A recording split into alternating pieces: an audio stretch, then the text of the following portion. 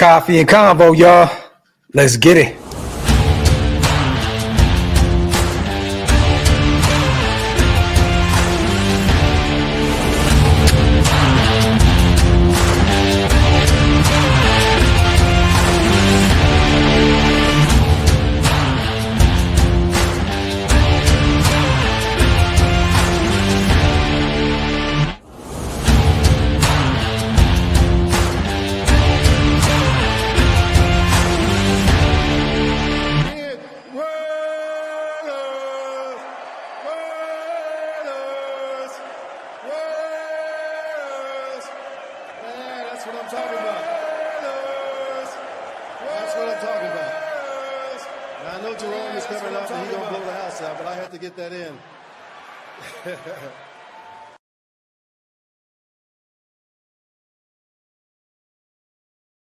Yo, salute to everybody already here in the building, man. Welcome to the latest installment of Coffee and Convo. I am your host, Graphk Raider. Salute to the greatest chat in YouTube history. I know I went a little early, so I'm not expecting 1 million people in here. It was essentially set up for like an hour and a half, or no, like another 45 minutes. But this is the last day of the Senior Bowl, you guys, so I got to get prepared, get ready to leave the house here soon. The actual game is today, so I get to finally watch some real football. But salute to everybody here in the building. As always, the greatest chat in YouTube history. Salute to you guys. Wipe them feet. That means hit them thumbs up around these parts. Also hit that subscribe button if you guys are not subscribed yet. And also salute to our proud sponsors over at BetUS. This live stream is powered by BetUS. Head over there, get 150% bonus on your first deposit, 125% on your next 2 deposits using promo code YouTube150 up to $2,000. Fastest payouts in the industry. If you're a bettor, nobody does it better than BetUS. Once again, salute to our proud sponsors. Get some questions in, you guys. This is your show. You know how we do Coffee and Convo. This is all about you guys. We're going to go over all the latest rumors, rumblings. You know, we're going to talk about Patrick Graham. The news broke last night. I was still out there covering the Shrine Bowl, so I could not actually go live last night. But salute to my brother Wasted. Did his thing, had a phenomenal live stream last night. Now it's my turn. I get to break down how I feel about the situation. And it looks as though we will be bringing back Rob Leonard here very soon as well, you guys. So stay tuned. I'm loving it. You know, some continuity. You guys know I'm not the biggest fan of Patrick Graham in that system, that scheme. But having a conversation with my brother Wasted last night was kind of interesting because, you know, the thing that Patrick Graham lacks, Pete Carroll can come in and fill the void. You know what I mean? So I'm expecting, you know, leaving the middle of the football field wide open, play after down, after down, after down. That will change with Pete Carroll in the building. So it's going to be interesting, man. And I feel for Patrick Graham, right? Because essentially he didn't sign the extension with the Raiders, right? He was free to go anywhere he wanted to. Went out there, interviewed for the Cincinnati defensive coordinator job, which I was actually shocked that he did not get that. I mean, you know, that defense wasn't really good, you know, these past few seasons with Lou out there. And that's no knock to Lou because, and salute to him, getting the job out there with the Colts as the defensive coordinator. But I thought that Patrick Graham would have went out there and got that job. Then he goes down to Jacksonville, you know, interviews for the head coaching job. We all know what happened down there. Liam Cohen takes the job. And then you look at it and you're like, where can Graham go at this point? There's not a lot of options for this man. So Pete Carroll company says, you know what? Continuity. They preach that in the presser, you guys.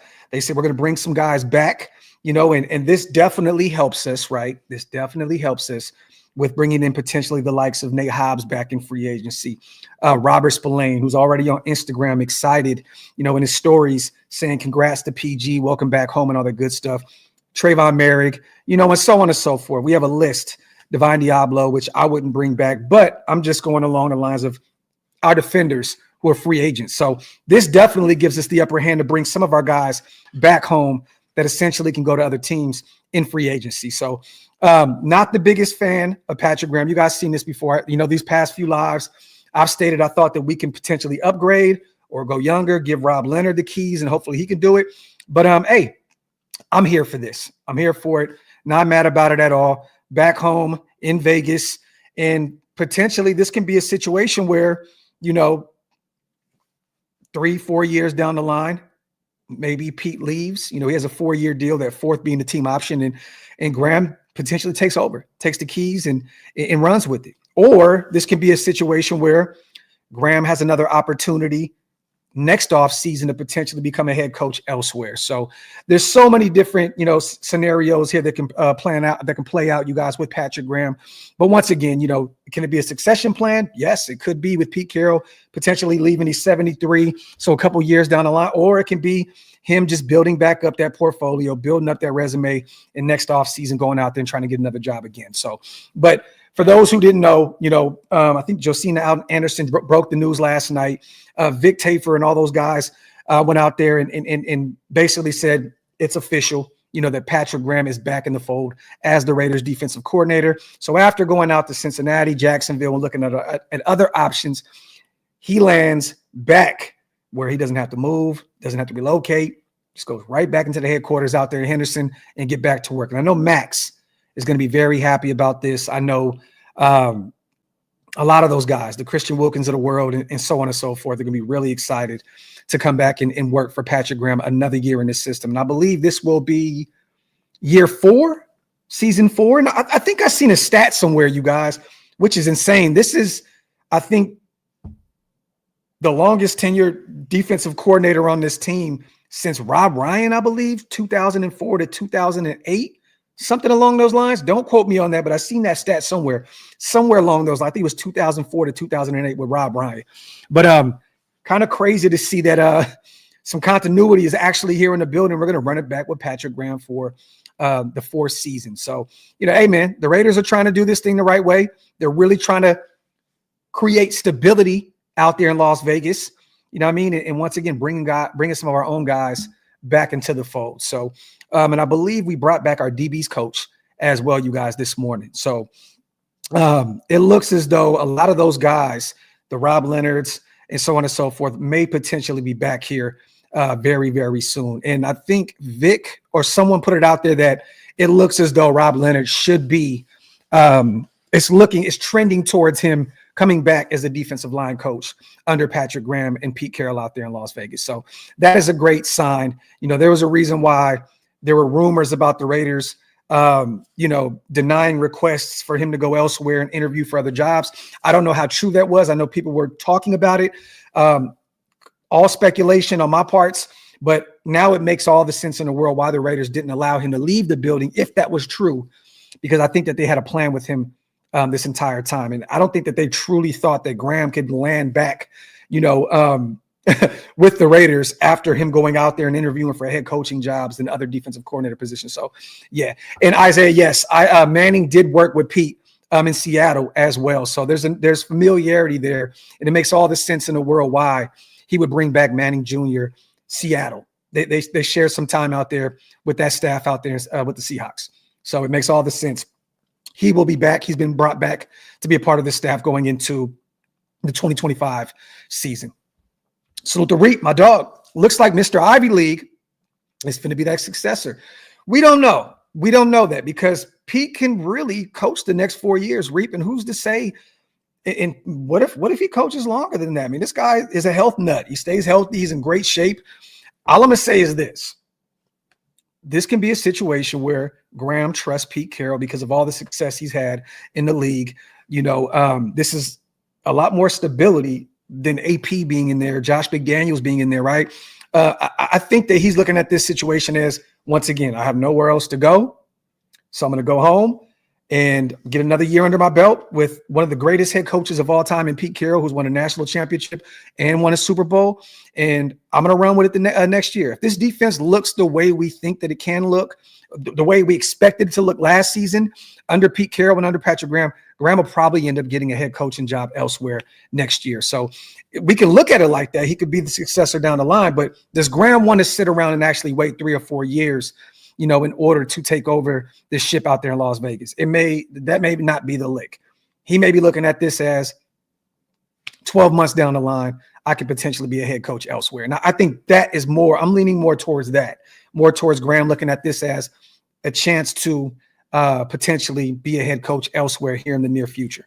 But you could be right. I know a lot of people are talking about him potentially being the successor. I just don't know if he's going to have the patience to sit around out there as a defensive coordinator the next 3, 4, maybe potentially 5 seasons with Pete Carroll out there. So, yeah, we were definitely pumped last year for our defense. And I understand, right? Maxx goes down. Christian Wilkins goes down. Epps goes down. Malcolm Kuntz goes down without even playing a rep. You know what I mean? Like, we had injuries all across the board on the defensive side of the ball. And I believe we still were like a top 15 or like somewhere in that middle of the pack, defenses in terms of rankings. So, Graham, turned chicken shit into chicken salad. You know what I'm saying? So I'm not mad about it. It's just there's clearly some things that he needs to work on with that defense. You know what I mean? Protecting the middle of the football field, finding someone that can actually, guard tight ends. You know what I'm saying? We need that linebacker now, you guys, that sideline to sideline guy. You know what I'm saying? Divine Diablo's not that guy. Converted safety. We thought that he could potentially be a guy that could be great for us in coverage. He hasn't showcased that at all. We need a sideline to sideline type linebacker that can get it done in coverage, not only in the ground game. You know what I mean? So we need someone that's going to protect the middle of that football field. I'm so sick of watching week in and week out, just the middle of that football field being wide the hell open. You know what I mean? CGR, appreciate you, brother. Realist, it is actually comical though, right? Because, we haven't done it in a long time. It seems as though, but let me get this dweeb out of here though, because I feel like my trigger finger's itching right now, and I feel a little boom, boom, boom, boom, boom. Yeah. Your energy's off, King. I don't like it. It's just you're looking for attention in all the wrong spots, and I don't like that. I don't like that, man. Salute to Dan. Jahad Campbell, perhaps another option out of Alabama. One of my favorite linebackers in this year's draft class. Definitely an option there. In the second round if they decide to go get a linebacker early. And who's to say he doesn't fall to the third? Maybe he falls to the third and we get him there. I would love to bring in Jahad Campbell. I've watched his tape a lot. Major fan of him. He could be one of those guys that could be a sideline to sideline guy. For those who have not gotten an opportunity, go check him out. Go check out his tape. Alabama linebacker Jahad Campbell. He's a dog. He's a dog. Salute to Hug. Middle of the field, wide open like Bunny Ranch legs. Word to Jimmy G, man. Salute to my brother Hug. Yes, sir. Appreciate you on the $2 donation as well. Salute to the 621 people here in the building, whether you're watching on Twitter or YouTube. Make sure you get those likes up and hit that subscribe button if you're not subscribed yet. Nino, there's no real movement here, but Vic put it out there, and a lot of people are talking about this, that all signs are kind of pointing towards the Raiders bringing in Miami Dolphins quarterbacks coach, former Seattle Seahawks offensive coordinator, Darrell Bevell. So he did interview for the job. We do have other people to bring in. We're going to be going through a few other candidates here. There is an interviewing process that you have to go through with coordinators as well. But it looks like, man, they may be looking at Darrell Bevell, a guy that coached out there with Seattle, with Pete Carroll. I believe he was out there. He was out there for a long time. Was it 2010 to 2017? Something along those lines? Nah, I don't think it was that long, but he was out there for a while. You know what? Let me look this up because I think he was out there for a while. And, I'm not the biggest fan of this move. I got to keep it a buck with you guys. But, once again, familiarity. Okay, he was out there in Seattle, from 2011 to 2017. So he was the OC out there for a long, long time. And once again, that's, I think, why the Russell Wilson smoke can become a reality here very soon, because he helped develop him out there in Seattle, the former third-round pick, out of Wisconsin. So keep an eye on him in free agency if they do decide to go the veteran route. I think regardless, even if we get a quarterback here in the first round or in the second, anywhere in this draft class, I do believe we're going to go get a veteran regardless. And I think all signs will be pointing towards Russell Wilson if he does not sign an extension with Pittsburgh. But, look, you guys, Bevell, to me, the last job he had was with, I believe, Jacksonville in 2021. and they had a really, really, really bad offense. I mean, they were 32nd in the league in points scored. They were 27th in yards gained. You know, they were 3-14 that year. They were 4th in the AFC South, 16th in the AFC that year. Now, mind you, they didn't have a ton of talent on the offensive side of the ball. So I don't want to, blame all this on Bevel, but once again, 32nd in the league in points scored, 27th in yards gained. But look at this roster here. They had Trevor Lawrence, right? A young Trevor Lawrence. They had no real weapons on the offensive side of the ball. The running backs, they had Raquel Armstead, Mekhi Sargent. Yeah, these guys. Wide receivers, Tavon Austin, Marvin Jones, Jaden Mickens, Laviska Shenault, Laquan Treadwell. We know how that went, right? Didn't work out. Him coming into the NFL. Tight ends, Luke Farrell, Jacob Hollister, former Raider great, Chris Manhertz, James O'Shaughnessy, offensive line, Ben Barch, Walker Little, KC McDermott, Andrew Norwell, Tyler Shatley, and Jawan Taylor. So they didn't have a ton of talent out there. So I want to kind of give, Bevel a little leniency there. There wasn't a lot of talent there, and Marvin Jones at that point, I believe, was kind of more at the tail end of his career, right? But they were one of the worst offenses in the NFL. Now I'm hoping that he's learned a lot in terms of, updated X's and O's working with Mike McDaniels down there with the Miami Dolphins. He's been down there for the last few seasons with him.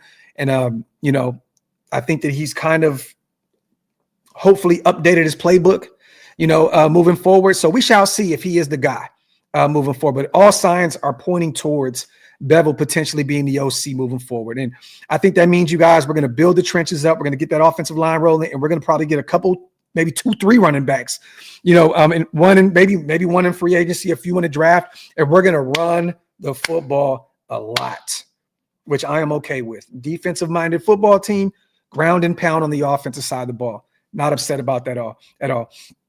Chris, I love Edgar Bennett. I don't think that he's ready to be an OC yet, but I would love for him to remain on this roster. He's done a phenomenal job with those wide receivers as the wide receivers coach. I would love for him being one of the guys on the offensive side of the staff that can hopefully stay around. I think he's worked wonders with Jacoby, with Trey Tucker, with some of those guys. I would love to keep Edgar Bennett around, but I don't think that they're going to give him the offensive coordinator position. I think Pete on the defensive side of the ball has kind of said, you know what, we're gonna stick with the continuity here. We're gonna bring Patrick Graham back. We're gonna bring Manning Jr. back. We're gonna bring Rob Leonard back. But offensively, I think we're gonna go in a different direction. So I expect a lot of those guys to be gone. The Joe Philbins potentially, maybe even Edgar Bennett. I would love to keep him, because once again, I think he's worked wonders with that wide receiving group. But I don't think that they're gonna give him the OC. I think if anything, he's gonna go with one of his guys that he's familiar with on the offensive side of the ball. Salute to my brother Jason. Hope you all have a blessed day today. OLV for life, Raider Nation for life. Salute to you, my brother, and hope to see you tonight at the Shrine Bowl over at AT&T Stadium. Salute to my guy, man, my brother. Rich, Graphk, in my opinion, Bevel's better than Getsy and Hardegree. Look, let me say this. We truly didn't really get a chance to see who Hardegree was. Way better than Luke Getsy. I mean, at this point, I think everybody's better than the goddamn Luke Getsy. But Hardegree damn near really ran with Josh McDaniels' playbook when he became the interim offensive coordinator for us, when AP took over as the interim head coach. So honestly, in the middle of the season, you can't kind of pivot and implement your system, on the offensive side of the ball. I think that he switched up a few things, got a little bit more, did some more creative things with his playbook, but I think that he kind of stuck to the plan with Josh McDaniels. But we don't really know. I would love to see what Hardegree's system would look like. You know what I mean? But if I had to pick in that order, and I'm not a big Bevel guy, I'd go Bevel, Hardegree, and Getsy, just because I don't really truly know what Bo Hardegree's offense would look like. I know he's had jobs around the league. He's a very well-respected guy around NFL circles, but I don't know what that looks like as an OC. So, look, if Bevel's the guy, let's run it. Once again, he has a ton of offensive coordinator experience. He's been down there learning under Mike McDaniels in Miami. And once again, 2011 to 2017 with Pete Carroll out there in Seattle, the familiarity is there. I think it makes all the sense in the world. But is it the right move? I don't know. I think that we could do better. But, once again, Pete's going to get his guy. And I think that's the route he's going to go. And once again, with all the guys, the beat writers, that work in-house, it looks like, we're kind of trending towards bringing in Bevel as the guy.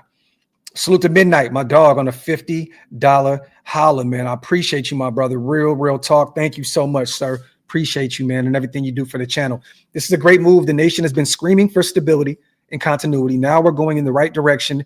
Now us as a fan base needs to do the same, come together, stable fan base, because our team needs us. Raiders! Salute to my guy, Midnight Raider. And I agree with you, man. But, our fan base is so bipolar, and rightfully so. This team has given us nothing to truly go out there and root for in a long time. We've had a few years, the 2021, playoff year, the 2016. But outside of that, man, it's been a long time that we've actually had something to really come together and root for. This offseason has been phenomenal at this point, right? We have a ton of salary cap. We have all our full draft class. We have a new general manager in John Spytek, who is very well respected around the NFL. Pete Carroll, proven winner, right? There's a lot to be happy about. But you're right. I definitely need, I would love for us to all be, hand in hand in this thing. But, we're crazy. Our fan base is nuts. We're not all going to be on the same page ever. And rightfully so. You know what I mean? But I think winning cures everything, Midnight. And if we can start doing that this season with whoever it is at quarterback, whoever it is, out there calling the plays on the offensive side of the ball, whether it's, Bevel or whoever it is, we got to write this shit. Once we get it right, winning cures everything. Salute to my guy, Midnight, man. I appreciate you, brother, on a $50 special, man. Richard said, bring Harder Green as a quarterback coach. I wouldn't be against bringing him at some capacity. Definitely wouldn't. Alzado says rumors on Shaw being the OC. There's a lot of talk about that. Stanford, former Raider, Shaw. Honestly, Alzado, and this, would it be a hot take? I'd probably rather go Bevel than Shaw. And I like David Shaw. You know what I'm saying? I know he's gotten in recent memory, he's had a few head coaching interviews and some OC interviews and all that good stuff. Once a Raider, always a Raider. Have nothing wrong with Shaw, man. Love the guy. But me personally, I'd probably go Bevel over Shaw. But there was a lot of talks of us potentially bringing him in to call the plays on the offensive side of the ball. Let me see. Yeah, me too, Blacks Mob. And once again, that's what me and my bro were talking about last night was, hopefully he can fill the gaps with some of those problems that Graham has on the defensive side of the ball. Him being a phenomenal defensive-minded guy, hopefully he can fill in the blanks with some of those places where Graham struggles a little bit. Hopefully he can come in and say, okay, these are the weaknesses in Graham's system. Let me fill in the gaps there and make those some strong suits on the defensive side of the ball. Hopefully Pete Carroll can do that, man. Salute to Louis G, man, my guy, gifting 5 OLV Raiders Network membership. Salute to all the new Green Dot Gang here in the building because of my brother Louis G. I appreciate you so much. If you guys want to become a member and you missed out on these 5, hit the link. It's pinned up top. Once again, it definitely helps us keep the lights on over here at OLV Raiders Network. Salute to my guy Louis G. Hug says, winning sounds like fun. We should try some of that. Facts. Especially with the Chiefs just running amok in the NFL right now, winning year in and year out, and then watching the Broncos go to the playoffs, watching the Chargers go to the playoffs. Yeah, it definitely would be kind of fun, right, to get back to our winning ways here very, very soon. Salute to my brother Hug, man. Appreciate you. D Cooks, no, I would not trade anything for Tua. Let me say this. I think that Tua is a really good quarterback, but I fear for his life every time he goes out there and takes snaps on Sundays. So, no, I'm not trading. If you're going to go anything at 6, I'd rather trade up to go get a Cam Ward or a Sheduer than trade a pick 6, for a guy who's had concussion after concussion after concussion and can potentially be one hit away from his career being over. You know what I mean? I know the Bevel connection, right? He's out there helping on the offensive side of the ball out there with Miami. I get it. But me, no. I wouldn't want anything to do with Tua. And that's not saying that he's not a good football player. I just don't think that, knock on wood, I don't know how long his career is going to be. And I couldn't imagine us giving up a first rounder for a guy who has a lot of question marks about his durability and just his health in general moving forward. I don't know how much more abuse he can sustain. You know what I mean? So, and once again, I'm just not a major fan of Tua. I never have been. I'm not saying he's not a good football player, but I'm not a fan of him like that. So, salute to Cooks, my dog. Trade a third or a fourth for Joe Milton. I'm not doing that. I've never been a major Joe Milton guy. I understand the arm strength. I understand that he went out there and had a pretty good game against the Buffalo Bills at the end of the season with Buffalo resting all their starters. I'm not going to be a prisoner of the moment here. You know, they got him. Where they get Joe in the 6th or 7th round in New England? They already had their guy with Drake May, right? Maybe they just hold on to Joe, but I'm not giving up a mid-round pick for Joe Milton. I watched him at the combine, you guys, with my own eyes. I went out there and watched him in Indy. The arm strength is there. He had everybody in awe because, you know, it's the Jamarcus Russell effect. Throw 90 yards on his damn knees, right? But accuracy issues, you know, I don't think he can make all the throws. There's a lot of problems, you know, with his skill set. And I don't know if that's going to, you know, translate at the next level, especially with us. Well, you know what? Pete has had a great track record with developing quarterbacks, but I don't want Joe Milton in Las Vegas personally. The accuracy issues, once again, people fall in love with the arm strength, and he has that in droves. Like this dude is his arm strength. Yeah, he can throw a ball probably from end zone to end zone, but once again, the accuracy issues are a very big problem for me. Dino, it looks like we will be retaining Rob Leonard. You know, anything can happen in the NFL, but all signs are pointing towards Rob Leonard returning. We brought back Manning Jr. I think it's only a matter of time before we bring him back. Let me see. Matt, I don't think that's a good idea either. You know, I love J-Mo's mentality, a leader in the locker room, phenomenal teammate. But watching him play quarterback is like watching somebody with OCD just run around and try and clean the house in 5 minutes. Like, like, you know what I'm saying? Like, you kind of get that analogy. It's like you're just watching him. It's just erratic. It's erratic. 1 minute he looks like he's got it all together, and the next minute he just looks lost and crazy.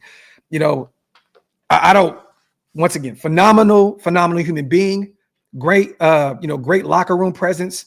Would be a phenomenal leader in that locker room, veteran. But I don't want to bring in a guy that is so manic that, you know, can go out there and throw 3 touchdowns and then throw 9 picks, you know what I mean, on any given Sunday. So I wouldn't want to do that. He is a turnover machine. Once again, salute to J-Mo, though. I love J-Mo. Love his mentality, love his mindset. But he is a gunslinger to the 10th power, and he scares the shit out of me.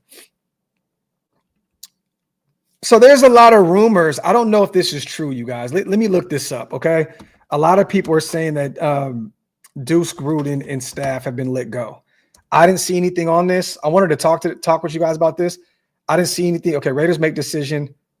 Okay, so no, this was 2020. There's no updated news on him yet. So there's no. I was seeing people say that the Raiders let him go. I didn't see anything about them moving on from Deuce Gruden and his guys. So I don't know. And I understand that, Gruden, Gru is gone, right? So what is he doing still in the building? I understand also like that we had a ton of injuries last year that you can't blame all those on Deuce Gruden, you guys. I mean, Malcolm Kuntz, that was a, non-contact injury. Maxx, I mean, look, we can't beat up Deuce Gruden for some of these guys' injuries. You know what I'm saying? But I didn't see anything about those guys packing up and leaving. So if there's anything that pops up or if I get any information behind closed doors, you guys will be the first to know. But I've seen people saying that he was fired. I didn't see that anywhere. Let me see.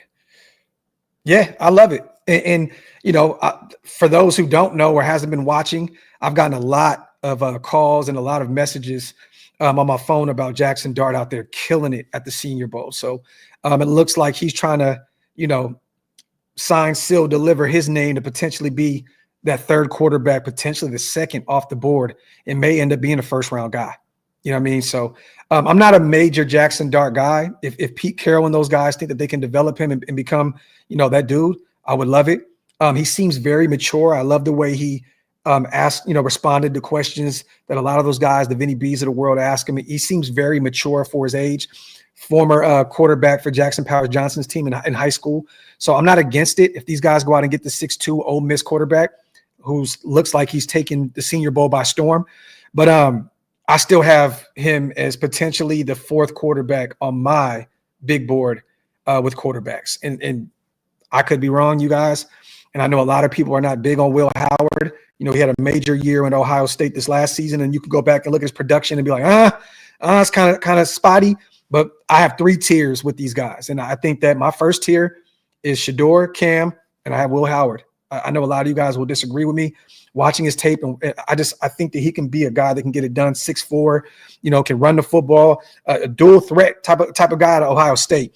And then that second tier, I have Jackson Dart, Dylan Gabriel, who's looked pretty good out there as well at the Senior Bowl. He's had some ups and downs, but he's looked good as well. And then you got the Jalen Milroe, and then you got that third wave where you have some developmental kind of talents like McCord and Rourke out of Indiana. So those are like my 3 tiers. It's Sheduer, Cam, Will Howard. Then boom, you got Jackson Dart, Dylan Gabriel, Jalen Milroe, depending on where he lands. And then you go to the third tier, which is some developmental guys who can potentially be really good moving forward if they're in the right situations. The Kyle McCords out of Syracuse, and the Rourkes out of Indiana. So, those are my kind of, But Damon, yes, he's definitely doing that. Really close friend of his. Makes all the sense in the world why he wants some familiarity in the building in Vegas. Yeah, but the thing is that scares me is, they went out there and they did the measurables. He's 5'10". Once again, for people that were trying to tell you guys he was 6 foot, 5'11", blah, blah, blah. Bro, like you look at him, it's like, come on, bro. Like, maybe his agents and other people are trying to push that narrative out there because they want him to be drafted earlier. This kid is 5'10", like on a good day. You know what I mean? He's a short dude. He's a short dude, and he scares the shit out of me at the next level. And I know a lot of people are saying, well, Russell Wilson, and man, look, this is not that. This isn't that. So, but yeah, 6 foot standing on his tippy toes though. I think he'd be 5'11" doing that. You know what I mean? Let me see. Locating a solid rookie quarterback will help us turn around faster than projected. I feel like facts. Salute to my guy in the building. Federal, man. We're going to get one in the draft for sure. And then we'll go get a veteran, in free agency, whether that's the likes of a Sam Darnold, a Justin Fields, or just one of those type of guys, or potentially make a trade. We'll see. We'll see. It's funny because, Angel, I actually talked, I didn't upload the footage yet, but I talked to Andrew Whitworth, former, NFL great offensive lineman, Super Bowl winner. You know what I'm saying? Talked to him yesterday at the Shrine Bowl. And I kind of asked him about Matthew Stafford, and he kind of left that one unsaid. So we don't know what's going on with Matthew Stafford at this point. We'll see. But I'll say this: if he does return, why would he want to leave Los Angeles in that good situation with McVay? I don't see why he'd want to leave LA. There's no reason. You got one of the most brightest, phenomenal offensive minds. You have the weapons out there, a nice duo at the running back position.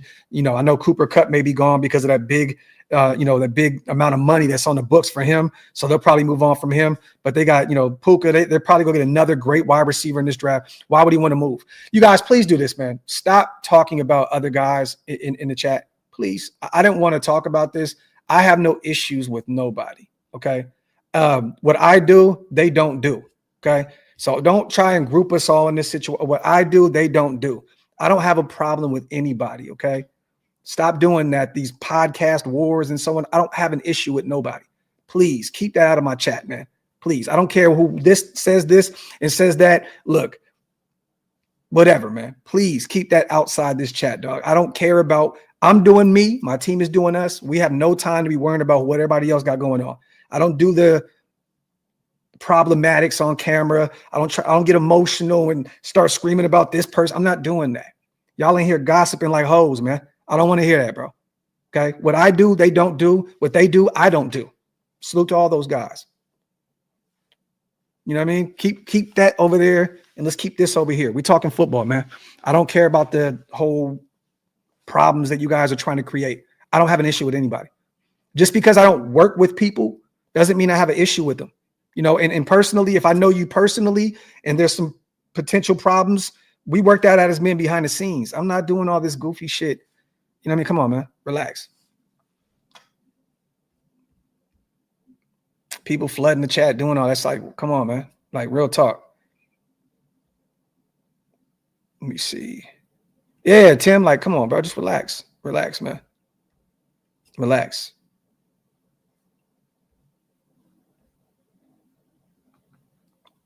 Let me see. Rich's Graphk is Dart a comparison to Derek Carr? I've seen that comparison. I've seen that a lot, actually. But I'll do some comps here soon, Rich. I got a few. We're gonna be going over every room in the draft, you guys. We're gonna be doing a show about the quarterbacks. We'll do some comps. We'll do the running backs group. We'll do the wide receivers group. We're gonna do all that good stuff. So stay tuned for that. But I have seen a lot of that. Facts. Yeah, man. Podcast word. Like, what are y'all talking about, man? Like, what? That shit's funny to me, man. This shit is hilarious, bro. Imagine a bunch of grown-ass men on the internet crying and complaining about other guys not working with you. I seen somebody hit me up in my chat, in my DM the other time. Y'all better stop it. Stop what, bro? Like, did you hear me say anything? Like, stop. Y'all bring this shit together. Man, get the hell out of here. Let me say this, you guys. And I'm going to move on from that whole thing. I was the first person that came into this stratosphere and brought everybody together. So I don't want to hear that shit. Get out of here, man. Everybody together. Brought everybody. Look, stop that. People go their own ways. They do their own things. This doesn't mean anybody has a problem with anybody, man. Just, look, I'm trying to take this thing to a whole nother level, man. I have no problems with anybody. Salute to 2-4. Graphk cooking with Crisco, being an NFL insider reporter. King, don't forget to recharge your batteries. Talk that shit, Graphk. Talk! Salute to my guy, 2-4. I appreciate you, brother, so much on the kind words and the $5 special, man. I really, truly appreciate you, man. Hey, wait, I'm not gonna take it there, man. You know what I'm saying? But all I'm gonna say is this. A lot of those guys that you guys are mentioning here, they were all over here. It's not a problem, man. I have no issues with anybody. Wi-Fi started over here. You know what I mean? And salute to him. The only problem I have with Wi-Fi is he represents two teams. So I don't look at him as a Raider fan. But whatever he does, that's great. Hey, man, whatever works for him, whatever's feeding him and his family, phenomenal, man. Do your thing. But I don't look at you as me, as one of us. It's not a problem. Doesn't mean I want to whoop his ass. I mean, come on, man. Y'all make this shit way deeper than what it needs to be. And, other guy knows what's going on. He knows what's going on. I just hate that people try to pretend like they don't know what's going on. It takes things public. I'm not doing that. I'm a grown-ass man, man. I have no time for that shit. Let me see. Mad Hatter, appreciate you, brother. Get some questions in, you guys.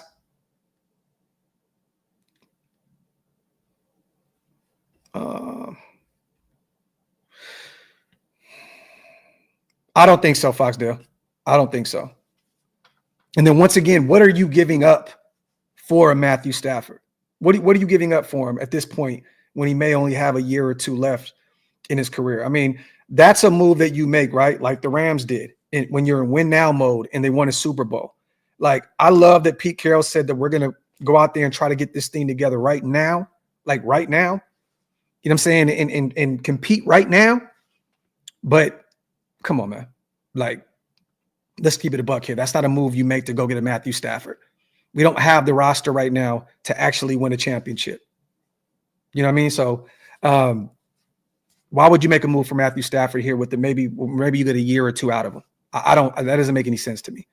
So I think if you went elsewhere, he would go to a potential situation where he can probably compete for a championship.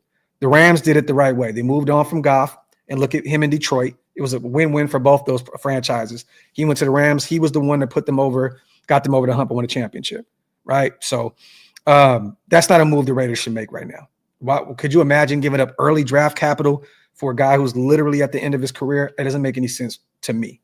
But hey, I trust these guys and I trust the process, whatever they see fit. But me personally, if I'm the GM and the head coach, I'm not moving early draft capital to go get Matthew Stafford with this young roster and what we have right now. Let me see. Salute to everybody here in the building, man. Real quick, also, let's pay some bills. Salute to our proud sponsors over at BetUS, you guys. This live stream is powered by BetUS. Head over there and get a 150% bonus on your first deposit, 125% bonus on your next 2 deposits, up to $2,000 using promo code YouTube150, the fastest payouts in the industry. If you are a bettor, nobody does it better than BetUS. Once again, this live stream is powered by BetUS.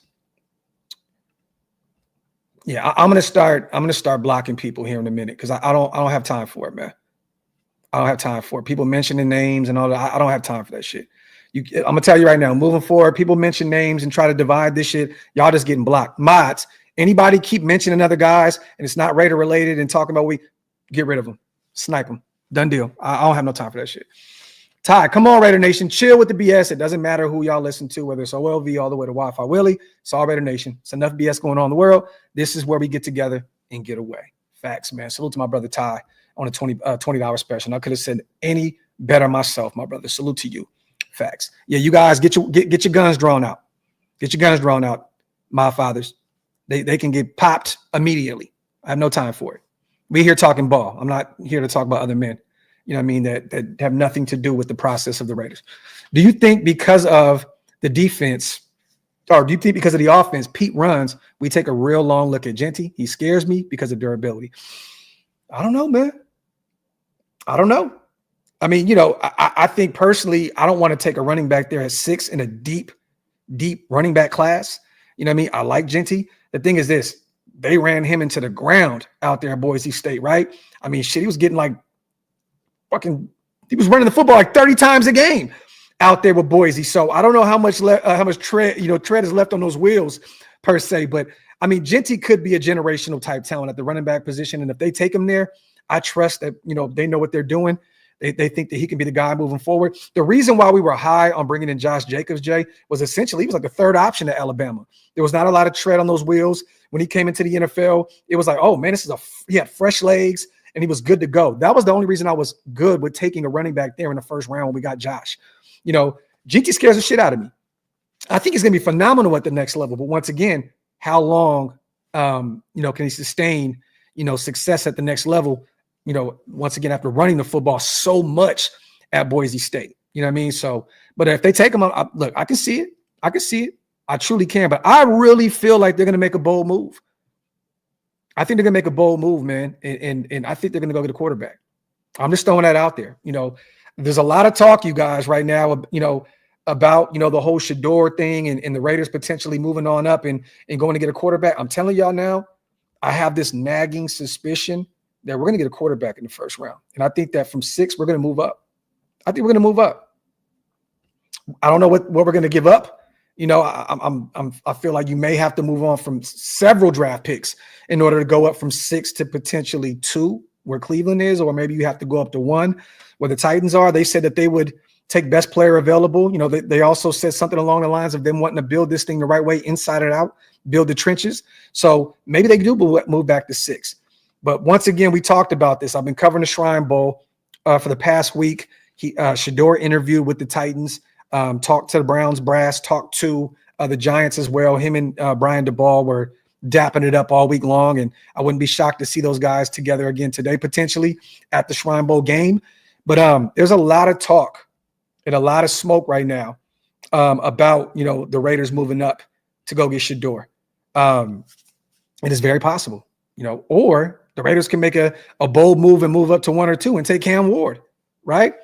But because of the familiarity, and Tom Brady's never really came out and said anything about, Sheduer and being linked to the Raiders. At least I haven't seen anything.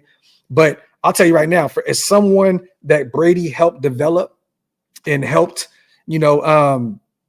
mature and get his game together. A lot of people, say that they share a similar skill set because they're pocket passers, right?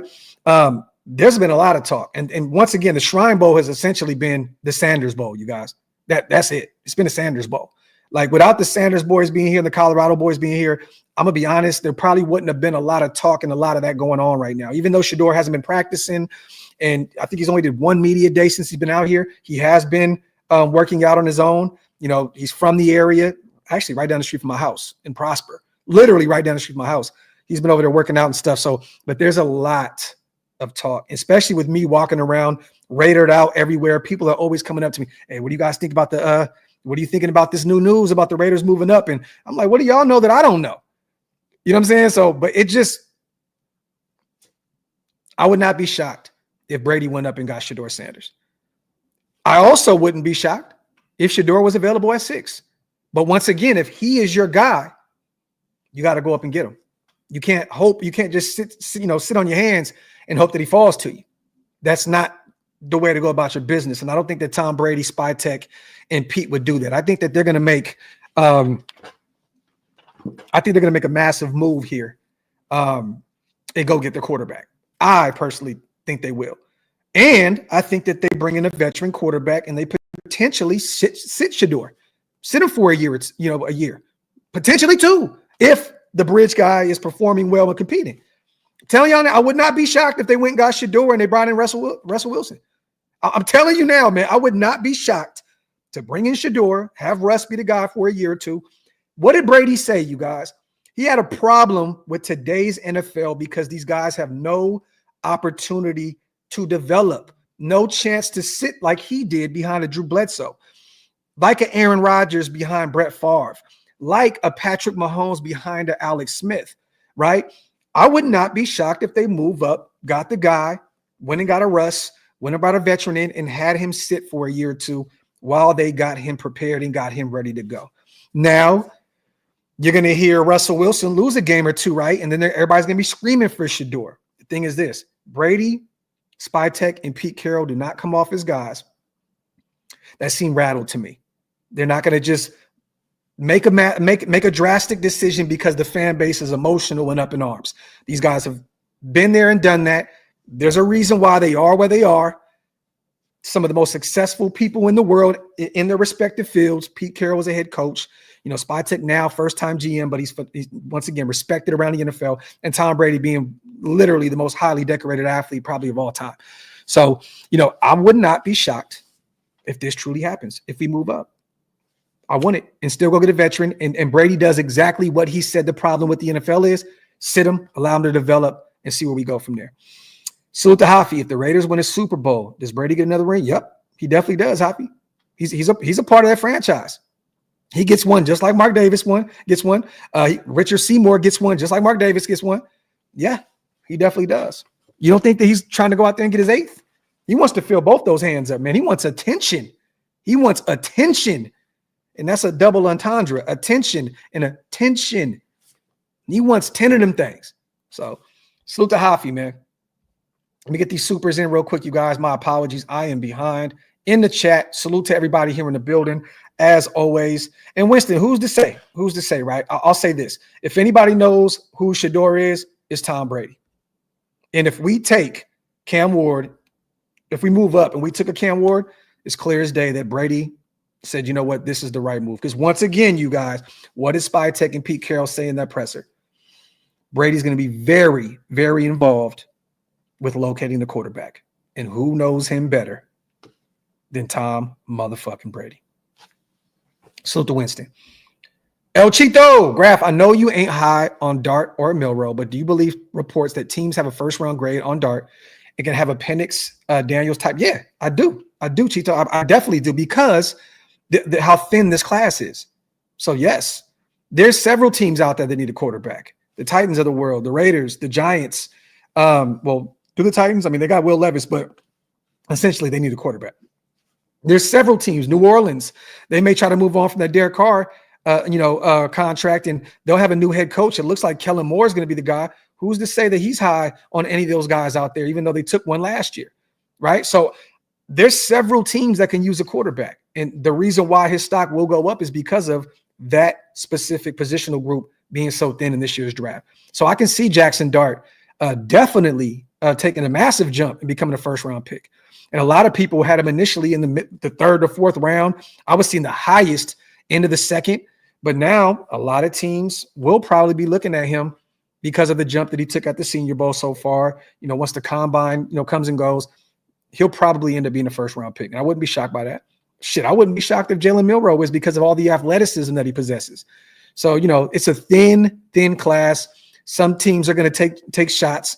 I mean, look, even Spytech and Pete said, you got to take risks. You got to just keep drafting quarterback, keep getting quarterbacks until it works, right? So I wouldn't be shocked if 4 went in this draft. Milroe, Dart, Cam, and Sheduer. Real talk. Salute to Chito, my guy, man. Salute to my brother Hug in the building, as always. GT has left the field exactly twice in his career and came back in the same game. I don't think he was talking about durability being issue right now. Hug, I think he was talking about for the future because of how much he's ran the football. I think he meant like durability moving forward. Our brother, Jason watches a lot of college football. So I think he knew what he was talking about. So I think you kind of got that one wrong, Hug. I think he meant just durability moving forward. We all know that he hasn't dealt with a ton of injuries at the collegiate level, but once again, running the football so damn much at the college level, I think he just was kind of worried about him at the next level. Salute to my brother Hug, as always, man. Love you, bro. Salute to Midnight. What's Andre James' possible trade value? I don't even know. I truly don't. I mean, honestly, I don't even know if he's a top 20 center. You know what I'm saying? Like, what do you really get for him? I think if anything, you just cut him. And whatever that contract looks like, you take the hit or whatever it is. I just think personally, I'd move on from Andre James. I would. And that's no knock to him. I just think that JPJ is going to be an all-pro. And there's no reason to keep him off the field at the center position. I don't want to see JPJ at guard anymore. I want to see him at center full-time. Next Rodney Hudson for the Raiders. I want to see him be that guy that mans the center position for years to come. So I don't know. I truly don't. And I think you can't keep him as a backup with the contract that he has. So I don't know. I'd move on from him. I don't know if anyone's going to trade for him, honestly, Midnight. But at this point, he may be a cut candidate, regardless of what kind of hit you have to take. We got a shit ton of salary cap space. So but we'll go over those options here very soon. But I don't really know what that looks like in terms of what kind of hit we would take. But I don't know if there really is any trade value for Andre James. It's not like he put out miraculous tape and other teams are screaming for him to be their center of the future. So I think you probably just have to take the hit. Ty, there's a reason New England sucked as soon as Brady left. I mean, you ain't lying, Ty. You ain't lying. Facts. Salute to my guy. This is Facts Plus Tax. Salute to Ant. I'm not sure if Ward and Sanders are worth trading up for. What do you think? Leonard, Howard, Dart, good 2 to 3 day. Michigan's, so you talk about Graham at 6. He's generational. So you say take Graham at 6 and take Riley Leonard, which I'm a Notre Dame guy. No. Leonard, to me, if anything, is a late round guy, 6, 7 tops. And I know that he's looked okay out there at the Senior Bowl, but no, I'm not. Look, Riley, every time he throws the football, I get nervous as shit. Can he run the football? Definitely, but no. Howard, definitely. Dart, good 2 or 3 day. Hey, if they're available there, I wouldn't be against that. And Graham is phenomenal. Watching more and more of his tape at the defensive tackle position out there in Michigan, Graham is a dog, bro. He's a dog. I couldn't imagine what that defensive line would look like if you potentially bring Kuntz back. You got Tyree again here in year 3. You got Christian Wilkins with Graham, and then you got Maxx, and then you potentially bring Chasen back as well as a rotational guy. That defensive line would be legendary. And they did say they wanted to build the trenches, so I wouldn't be shocked if they took a Graham there at 6. He's a monster, bro. He is. Let me see. Yeah, I knew what you meant, brother. Let me see. Yeah. AC, I agree with you. And that's no knock to the human being, Andre James, but I agree. It's a waste of cap space at this point. You got your guy. JPJ. Facts. Salute to Troy in the building. What's up, Docs? Just happening to see that you've been on your grind. Just wanted to give you your flowers. You come a long way, brother. Much love and respect. Keep grinding. Raiders. Salute to my guy, Troy. I appreciate you, brother. As somebody that's been around the channel for a long time, definitely appreciate you, Troy. Salute to Cap. I'll be honest. I'm warming up to the idea of Russ being our bridge. He knows what Carroll expects of him. He's familiar with our potential OC and Bevel, and I think he's got something to prove. Yeah, facts. And he wasn't bad in Pittsburgh. You know what I'm saying? He wasn't bad. I mean, yeah, they had a bad 5-game skid at the end of the season, and they were one and done in the playoffs, but there was a ton of problems out there in Pittsburgh, and it wasn't all on Russ. You know what I'm saying? But I can definitely see, and you guys know I'm not high on Russell Wilson at all, but it just makes sense. The pairing makes sense, especially if you bring back Bevel. You know what I mean? It totally makes sense to bring him in, but we'll see if this whole reunited and it feels so good shit is true, right? There's a lot of talk of Pete Carroll and Russ, bridging the gap and kind of airing out their grievances and getting over it, right? So we'll see if that's true. He did kind of allude. Well, let me not say allude. He talked about the situation with potentially Russell Wilson coming back. Salute to CBS Sports. This is our head coach, Pete Carroll, talking about the potential of bringing back Russell Wilson into the fold as a reuniting in Las Vegas. And I believe this was on What the Football. This was Susie Schuster and Amy Trask. Salute to the Princess of Darkness. It's so early, and we're just in the midst of trying to find the puzzle pieces. We're not even putting them together yet, so I can't even say. Carroll said via NFL.com. Free agency hasn't come yet. That's the first competitive opportunity that will occur. Then the draft is coming. We'll have that opportunity. I can tell you that right now. Take those words right there, you guys. We'll have that opportunity. I can tell you that right now. So it looks like they may throw their hat in the ring, with Pittsburgh potentially for Russell Wilson services. I could guess, but it would just be a guess. So that was his words, Pete Carroll, about potentially bring the band back together in Las Vegas with Russell Wilson in the fold. So salute to my guy Cap on a $10 special, my brother, man. Angel says, do you have ALC sticker? Yeah, definitely. Why not? He's on a rookie deal. He showed that he can come out and win you some games as a starter. I don't think he's a starting quarterback, but he's a guy that can win you a few games, lose you a few games if your main guy goes out. I have no problem with AOC sticking around. I think that they know that. He's a rookie. He's essentially in a rookie deal. Going into his third year. Why not? Once again, he's won some games. He's went into Kansas City and won. I know he didn't have a great game. That was more of a defensive performance and running the football really well against that team. But I'll say this, there's no reason to cut Aiden O'Connell.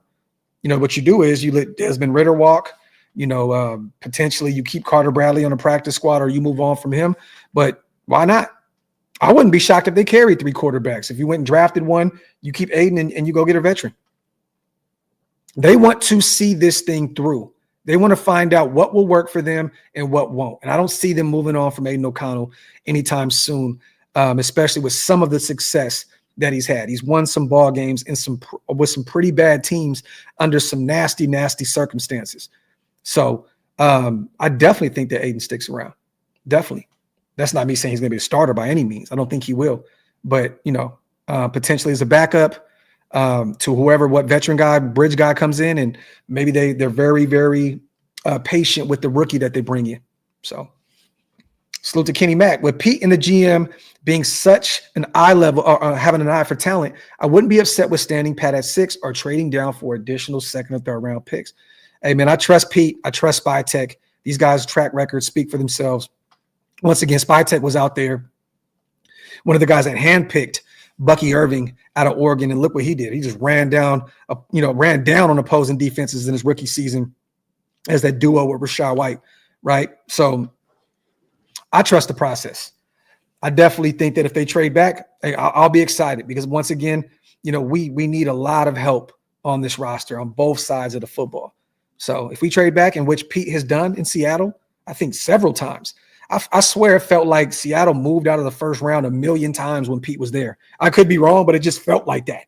You know what I'm saying? So I wouldn't be shocked if him and Spy came together and said, look, we need a lot more help. But we have a full draft class this year, so it's going to be interesting to see. Salute to Kenny Mack, my guy. Let me see. Salute to Gen Xer Raider, man, my guy. Appreciate you on the 5 gifted OLV Raiders Network membership. Salute to all the new Green Dot gang in the building because of my boy Gen X, man. Salute to you, brother. If you guys missed out on those, hit the link. It's pinned up top. Definitely helps us keep the lights on over here, man. And salute to the 1,500 people here in the building, whether you're watching on Twitter or YouTube. Salute to you guys. Salute to VL, best player available, Carter. Raiders. The thing is, I don't think he's going to be available. He could potentially go 1 or 2. Could you imagine him going to the Titans with Jeffrey Simmons? That'd be a cold duo out there, potentially bringing back, Harold Landry as well. I know they got to work on the specifics with that contract because I think he's getting paid a shit ton of money. But, I don't cover that team, so I don't know the specifics of that. But I can imagine him and Jeffrey Simmons or Cleveland taking him at 2 and pairing him with Myles Garrett and probably having the best duo at the edge rusher spot in the NFL. So I don't think he's going to be available at 6. I would be actually amazed. Like, I'd be shocked. Like, wow, he was there at 6. I don't think that Abdul Carter falls at 6 at all. Salute to JC. Do you see defensive tackle Nash Hutmatcher? I'm butchering that name, from Nebraska, get drafted to the Raiders? I haven't done my homework on him, JC. I don't know who that is. Let me see.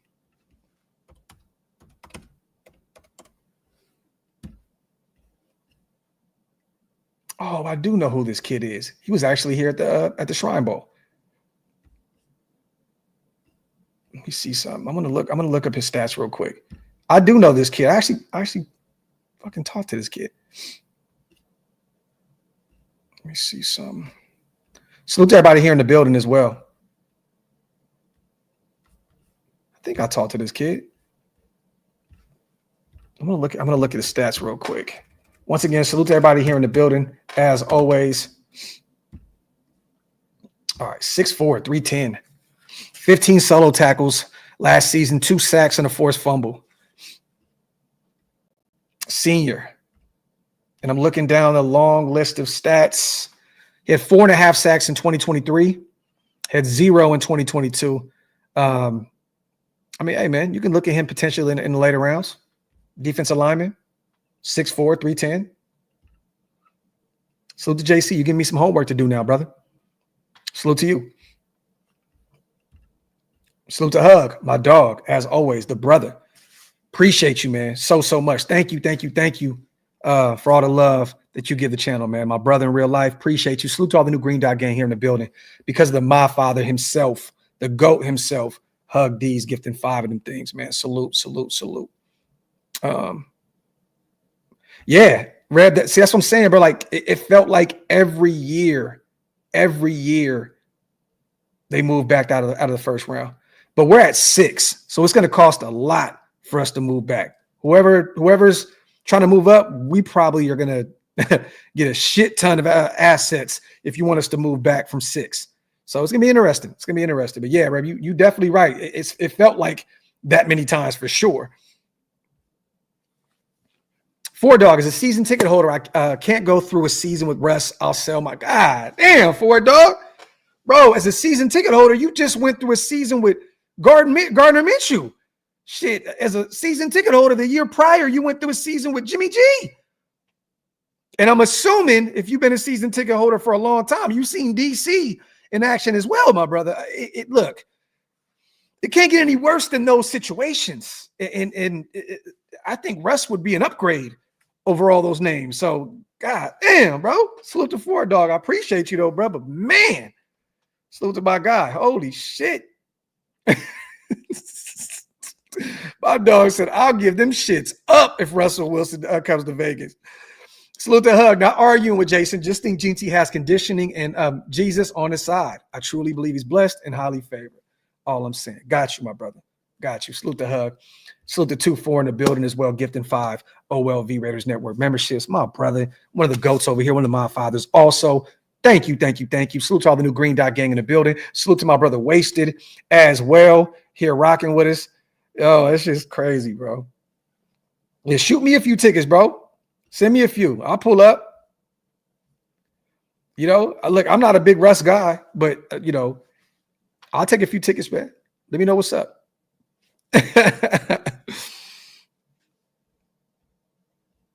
No, Rich, this is facts. This is facts. Honestly, man, there's going to be so much talent there at 6, whether one of the quarterbacks fall, whether Will Johnson is there, whether, you know, Graham is there, the defensive tackle out of Michigan. You never know. We've seen stranger things happen where Abdul Carter potentially drops. We don't know. You know, we don't know. I don't see that happening, but there definitely will be a game changer there at 6. But I trust, you know, the scouting department. I trust what Pete and Spytech. Look, Spytech is going to be a scout in his mind forever. You know what I mean? So he's going to have a lot of fun evaluating these kids coming into the draft. And I trust his judgment. And once again, I spoke to a very, very close friend of his, an associate of his that's done work with the Bucks, done work with the Green Bay Packers. And we've been texting back and forth. And I talked to him for a big portion of day one at the Shrine Bowl. And he says that Spytech is an absolute genius, you know, with finding talent, identifying talent. So I'm excited about it, man. I'm actually working on getting my guy on the show here as well. I'm just waiting for him to get the green light from Spytech because that's his guy. And I know Spy likes to keep things in-house, and he didn't want to disrespect his guy for jumping on screen and talking about it. So, but stay tuned. But I'm excited, man. I'm excited. Salute to Nav, man. What's up, bro? Let me see. Graphk, I think the Raiders may keep Sincere. I would love it. I mean, there's no reason not to move on. Why would you move on from Sincere? You know what I mean? He's still under contract. He cost you nothing. He had a big year at the end of the year. You know what I mean? It took them a while to actually put him on the football field. You know what I mean? Way too long, actually. I mean, they waited until we were the worst rushing attack in football to get Sincere going. But there's no reason to move on from him. But go get my guy, Amarion Hampton, for sure. That is one of my favorite, actually probably my favorite running back in this draft class. You know, so I would love it. I would love it. And then you still got Dylan as that third down back that's on the roster on a rookie deal, and you could potentially go look elsewhere for even another guy. You know, I would look. This is the year, Rich. Get 2 guys. Get 2 guys. Get 2 guys. 2. 1 early, 1 late. 1 early, 1 late. Salute to my guy Raiders. Fool Chris, Graphk, love your show. First super ever. I appreciate you, man. That means a lot, man. Let me know how you feel about Woodard out of UNLV. Would you draft him? And in what round? Let's effing go. Raiders. You know, he was out here at the Shrine Bowl, right? I spoke to him a little bit. I think I got some actual footage of Woodard as well. Actually, you know what? I may have to let me go through my stuff. I may have to look through all the videos that I have a million videos, but I definitely got a few of him out there at the Shrine Bowl. But I think honestly, he'd probably be, and I know you're a fan of him, Raider Focus. He'd probably be a UDFA. And I trust these guys to find some talent there after the draft. I would have him as a UDFA, but I wouldn't be against going to get Woodard out of UNLV in those later rounds. There's one guy that we're going to talk about a lot, and that's, you know, my guy Ricky out of UNLV that we can use at the wide receiver position. But I would look at Woodard as a UDFA. And I got to be honest, Fulcris, he hasn't made a ton of noise here at the Shrine Bowl. It wasn't like he jumped off the tape. So, you know, he potentially could be a guy that, well, maybe his bread and butter is maybe he goes to the combine, gets an invite there and boosts his stock a little bit more. But I haven't been hearing a ton of stuff from him here at the Shrine Bowl. Haven't heard a lot of guys talking about him. And that's no knock to him. But I'd probably look at, if you're looking at him, we've gotten a look, right? He played his collegiate level at Allegiant Stadium. Who better to have a look at him than the Raiders brass? But I'd probably look at that as a UDFA type situation. Salute to my guy. And he's a good kid too. Really good kid. What kind of contract would you give Darnold? None, Mark. None. So, I mean, look, some team is going to go out there and pay him probably $30 million, north of $30 million to be their quarterback of the future. Maybe Seattle moves on from Geno and they bring in Sam Darnold. Maybe the Titans decide to go Abdul Carter or Travis Hunter, and they go pay Sam Darnold a shit ton of money. I can see that happening.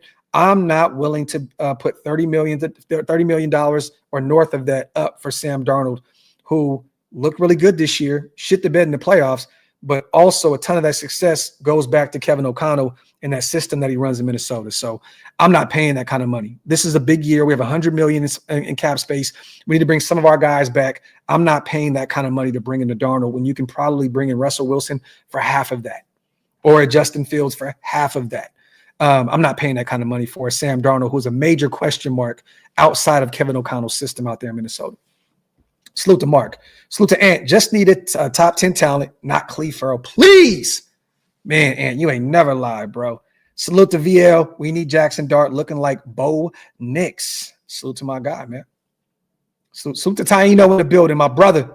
Good to see my guy in the building as well. Hearing a lot of good things about Jackson Dart at the Senior Bowl, though, for sure. Salute to Daniel. Guarantee Pete uses this next year to develop Leonard as a DC under Graham. Pete is fantastic at coaching up his coaches. Defense is about to shine. Talk that shit, Daniel. Facts, bro. Facts. Raiders guy says, Docs, what's your bombshell that would shock you? The Raiders taking like a Jackson Dart. They're at 6. That would be a bombshell to me.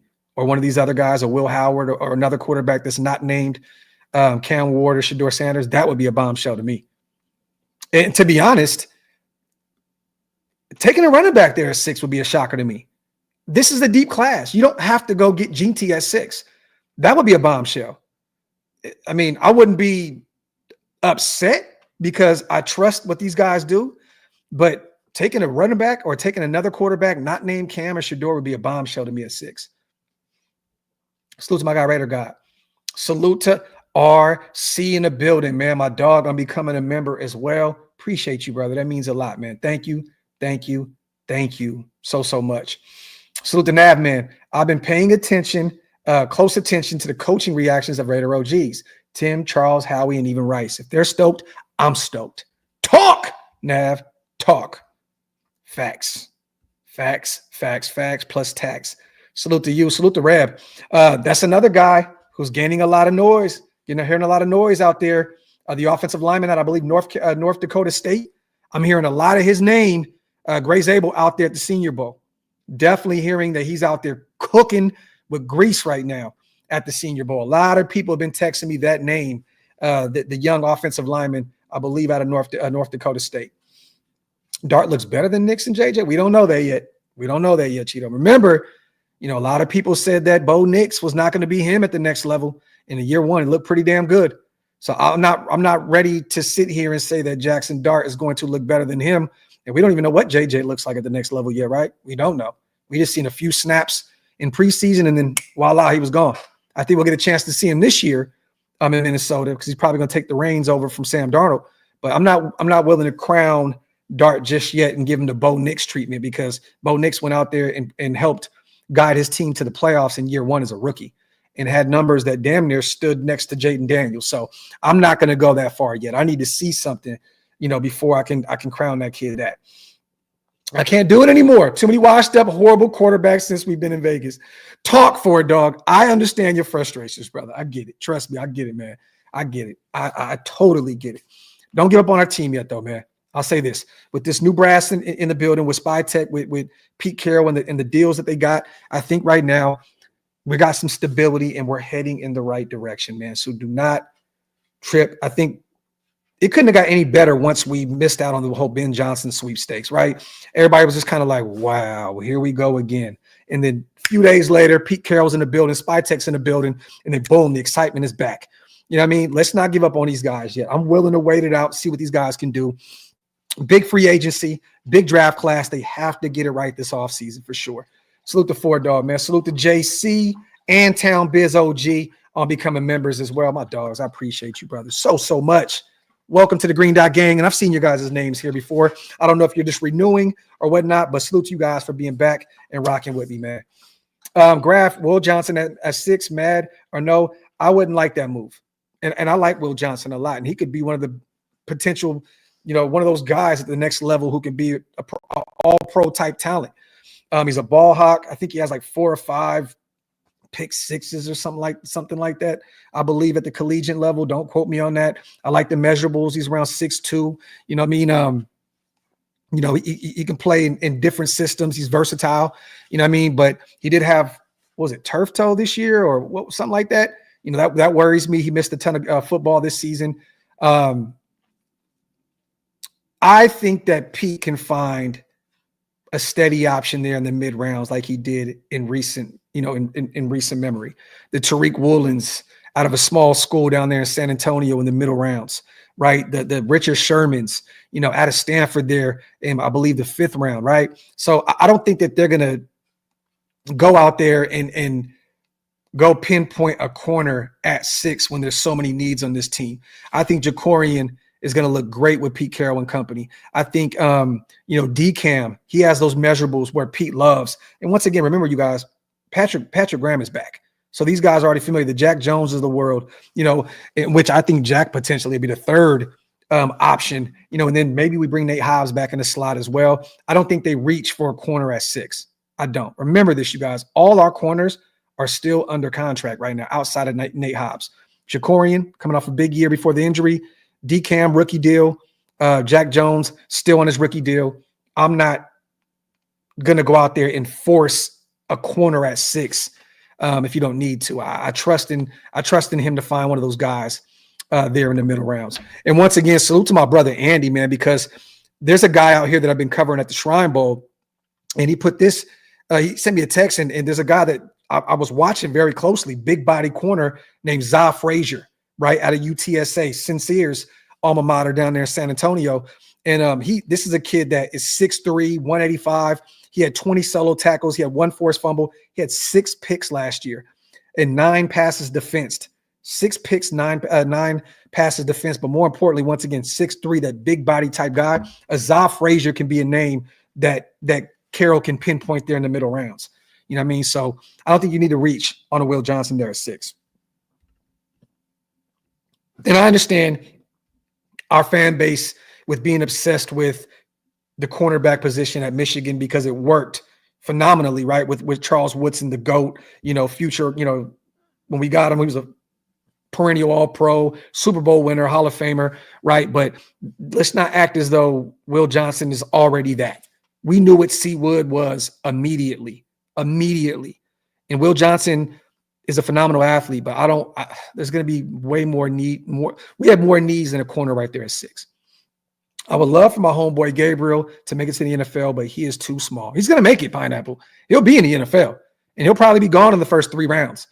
Somebody's going to take a flyer on him. But will he have a long, successful career? That's the big question. 5'10", it's going to be tough, man. Kid can hardly look over his offensive line, but he will make it to the NFL. Somebody's going to take Dillon Gabriel, who's too good of a talent to not take. But it just depends on how long he's going to be there. You know what I mean? This is one of my favorite players in this year's draft, Kobe Bryant. Talked to him a lot at the Shrine Bowl. I'm looking forward to talking to him and watching him play today at the Shrine Bowl. The young DB, 6 foot, 6'1", I believe, out of KU or Kansas State. And Melo as well, his teammate, the one that played opposite of him, phenomenal talent as well. But Kobe Bryant is a guy, man. He talks his shit. He walks his shit. He's a phenomenal human being. He's a great corner, man. I'm going to be honest. Kobe will probably be gone in the 2nd round. And I talked about this the other day. Pittsburgh seems to have him on their radar.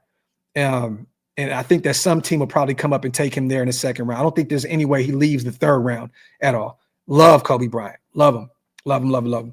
Love the mindset. He really be out there. He be talking shit to all the receivers he's covering, man. Good dude too. But he has that feistiness to his game. Nav says, JPJ brings back that nastiness to the nation. Love it. How many centers get warned every game to be too aggressive?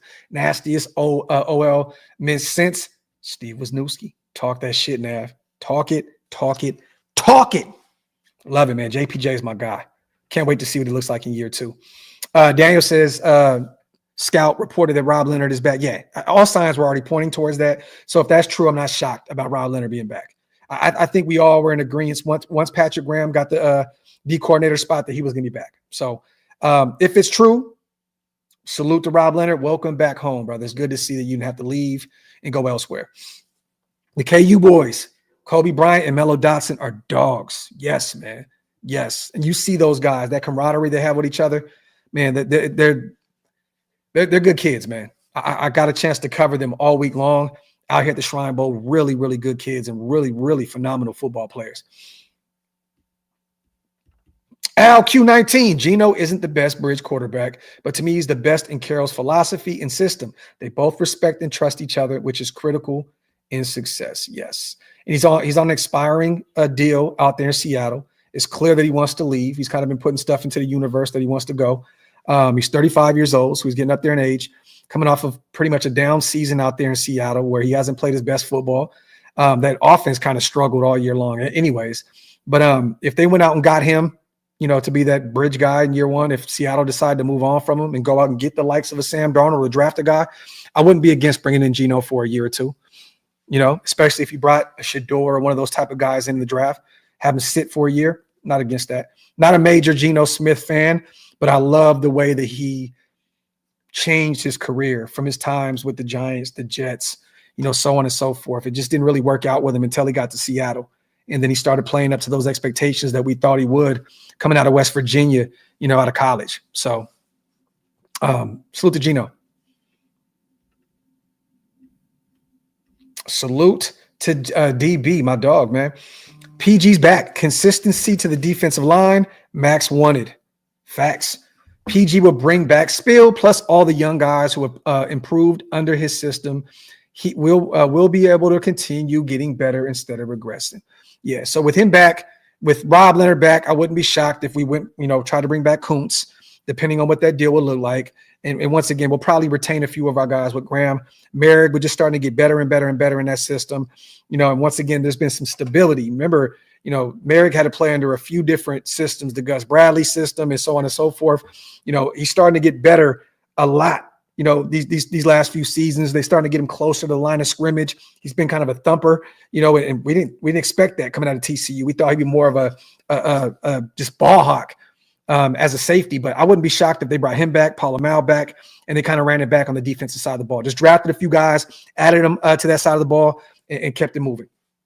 You know what I mean? So expect a lot of those guys to come back. With Graham back in the fold, Leonard back in the fold. Pete, I think Pete's going to rely heavily in spy tech on these guys. What do you guys think about bringing some of these guys back? I just think that Divine Diablo is probably the odd man out. And I think that Nate Hobbs would be one of Pete's favorite players. But the thing is, durability issues are key with him.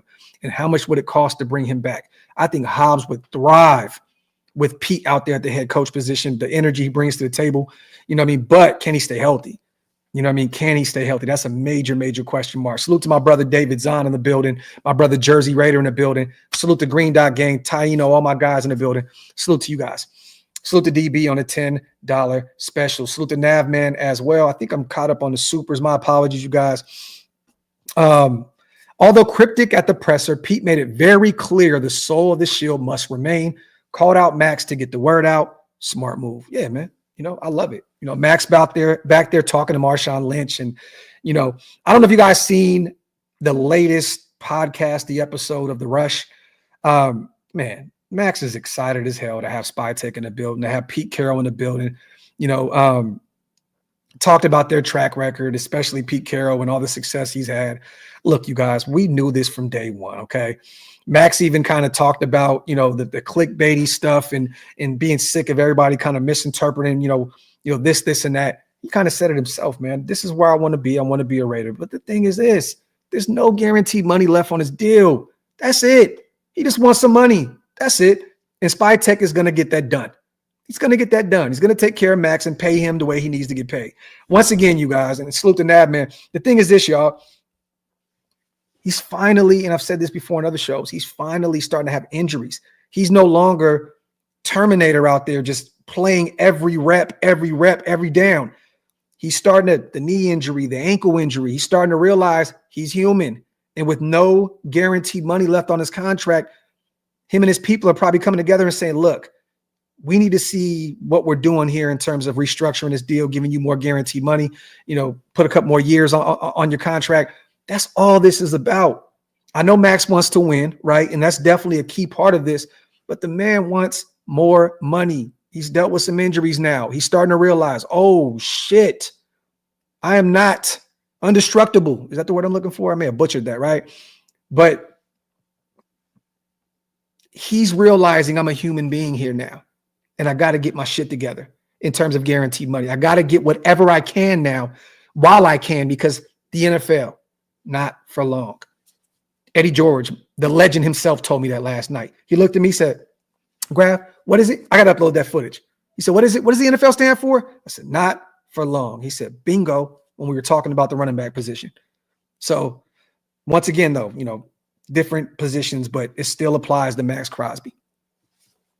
So salute to Jersey Boy Raider, man, my dog, gifting $10 and not even saying a word, man. My brother, appreciate you so much. Thank you for donating and helping us out over here at OLV as Chloe loses her damn mind and scares the shit out of me.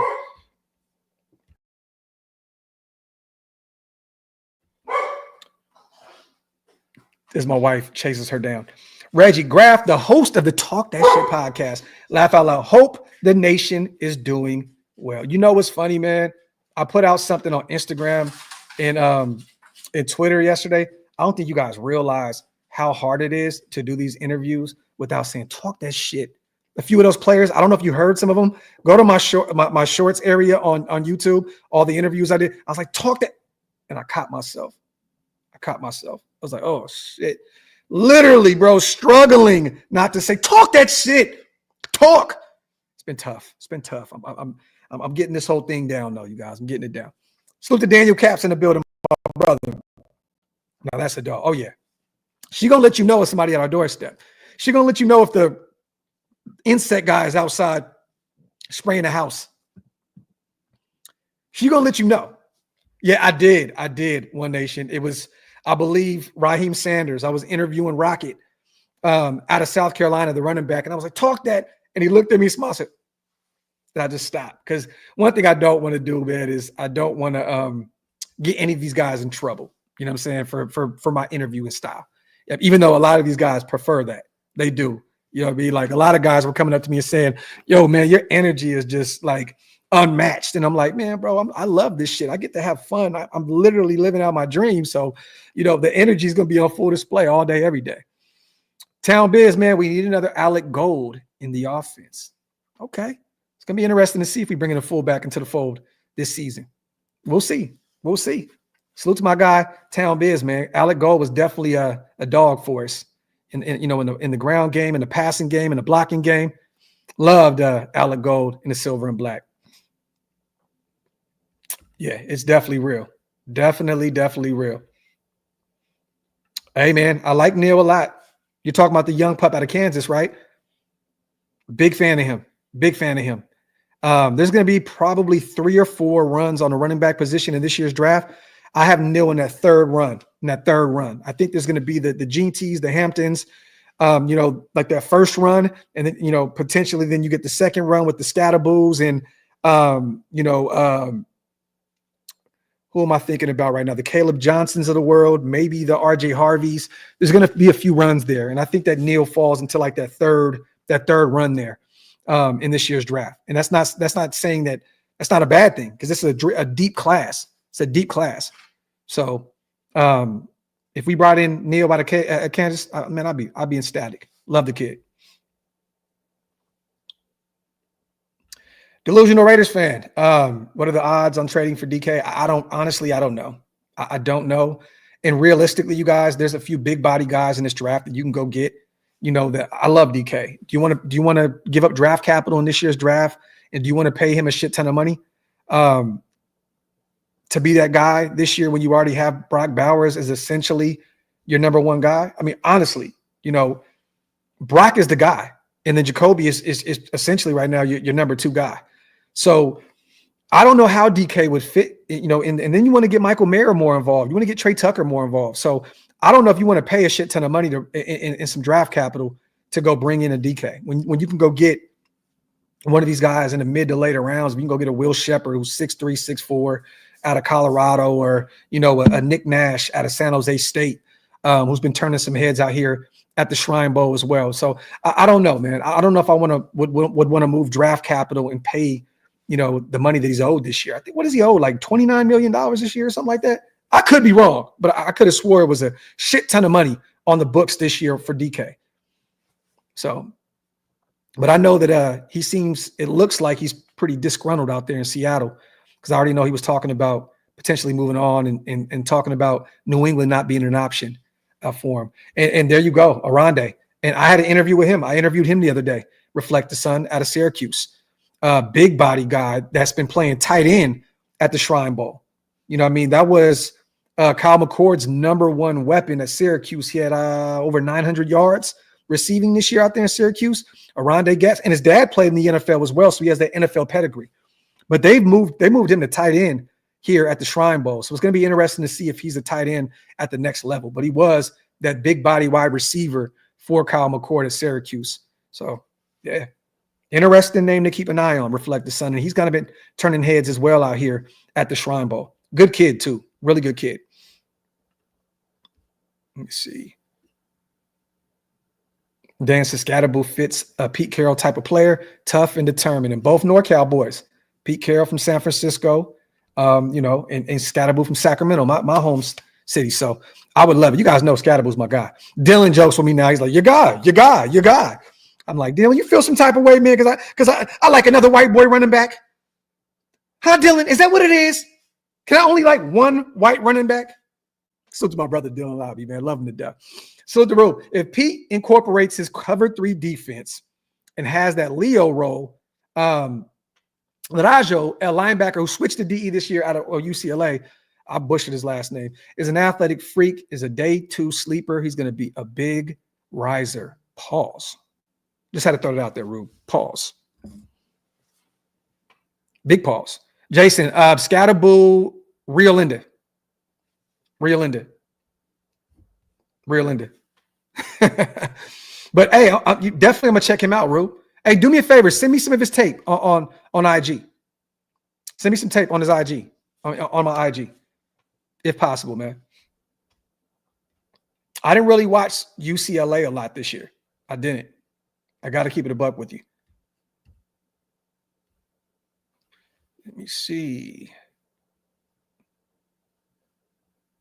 It looks like it may be, and we went over this a little earlier, you guys, but it's all signs are pointing towards Darrell Bevel. So former OC for the Jacksonville Jaguars, former OC for the Seattle Seahawks from 2011 to 2017. Also worked for the Minnesota Vikings, the Detroit Lions, and he's also working down with the Miami Dolphins right now. He's the quarterbacks coach for Miami under Mike McDaniel. So it looks like all signs are pointing towards him potentially being the guy, even though we're still going through the interviewing process right now and having other candidates come in. But he looks like he may be the leader for that OC spot. Salute to Sky High. Excited for this season, man. I love all the moves we've been making so far. If we can find our QB and running back, playoffs looking realistic. OLV, salute. Yeah, man. If you can find a quarterback and you can run the football, come on, man. Facts. And Pete Carroll has a track record of being able to find both. And the defense is going to be in very good hands now with Pete Carroll running the show. And then you bring Graham back, for continuity, Rob Leonard back in the fold, Manning Jr. back in the fold. We're only going to build on our strengths, which is the defense. So I'm excited about this, man. Salute to Sky High. Jay, no. Walker's out there at the Senior Bowl. He's at the Senior Bowl, which I was supposed to be there, but I decided on staying local in Dallas. But I got my credentials. I got my parking pass and everything. I just decided on not going out there because it was a 9-hour drive and I got too much shit going on. So I ended up staying away from the Senior Bowl. But I'll say this. From what I've been told, Walker's been out there cooking. I mean, this kid, 6'6", 6'7", defensive tackle out of Kentucky. Dude is a baller, man. Dude is a baller. Angel, I don't know. I think I'm going to watch Royal Rumble with the family. I know we still got our podcast. Me and him got to get back to it. But I think I'm just going to watch it with the family. That's my favorite WWE event. And I just want to get some pizza get some chips and hang out with my family and watch it. I've been so busy with this football shit. I haven't had a real chance these last few days to sit down with my boys, man, and just kick it. So I think I'm gonna hang out this Saturday and just and do Royal Rumble with the family. But me and Wasted will be doing a show tomorrow. So stay tuned. The Graphk and Wasted show will be live tomorrow. We got a lot to talk about, so stay tuned for that. Walter Nolan as well, and facts. He's been cooking. Another name to keep an option on. Keep an eye on.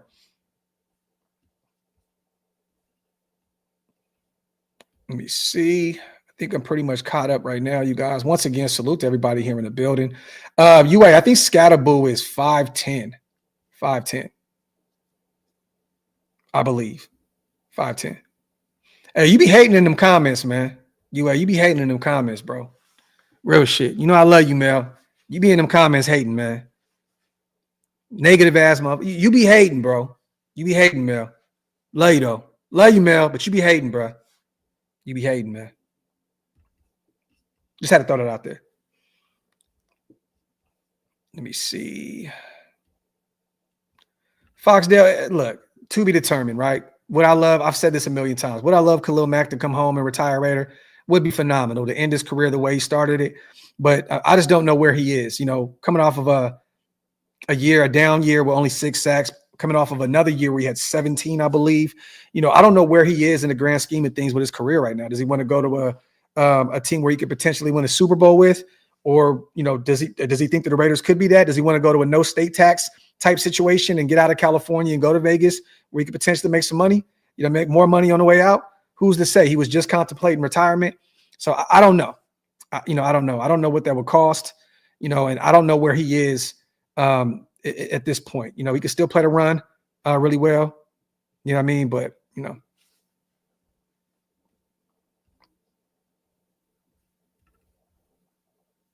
So me having a take on potentially Rob Leonard taking over the defensive side of the ball was a terrible take. It was a terrible take. I mean, they interviewed him for the spot. I mean, and they have high hopes for him potentially taking that, maybe potentially down the line taking that spot over. So how was that a bad take? I'm just trying to figure out how, a guy who's coached the linebackers group before with Baltimore, coached this D lineup and hasn't played at a high level. How is that a bad take? I'm just trying to figure that out. And he's been probably the biggest name in terms of, the defensive coordinator position for the Raiders up to this point, with us thinking that Patrick Graham was gone. So what do you mean? I'm just trying to figure that out. Make it make sense. Jose, trade scenario. Oh, man. Defensive end Green earns, and this is the kid out of Marshall, right, Jose, I believe, who is balling at the Senior Bowl. Is it Marshall? I believe it's Marshall. Hype as a top 10 pick by draft day. Bears get, I don't know what that is, FOMO. They trade us their 10th in both second-round picks, 39 and 41. Take it. So let me go over this real quick. Trade scenario. Bears get what is this FOMO? Maybe I haven't drank my coffee yet. Jose, put me up on game here. FOMO, like Jordy Slew, my brother. Put me up on game. Maybe I'm tweaking right now. Okay, it's still I haven't had my coffee. But what do you mean here? FOMO.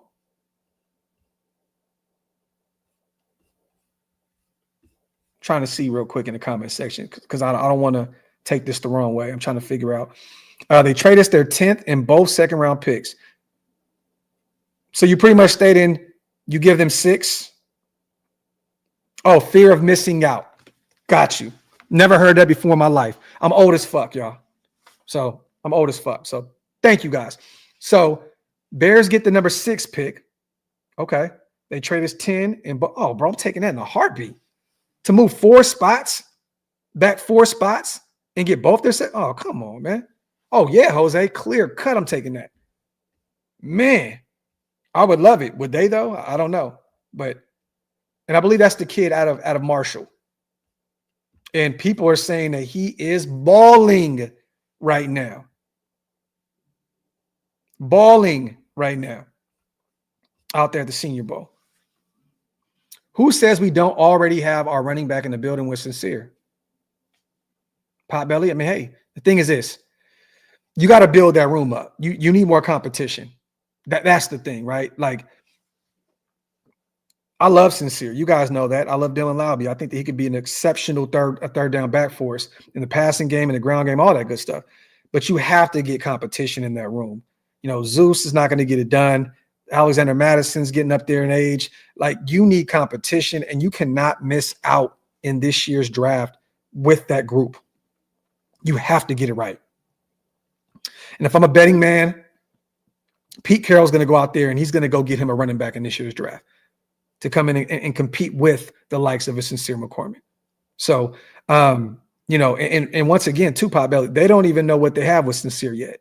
This is his first year with Pete and company, you know, in the building, whoever the OC is, you know, whether it's Bevel, whoever it is.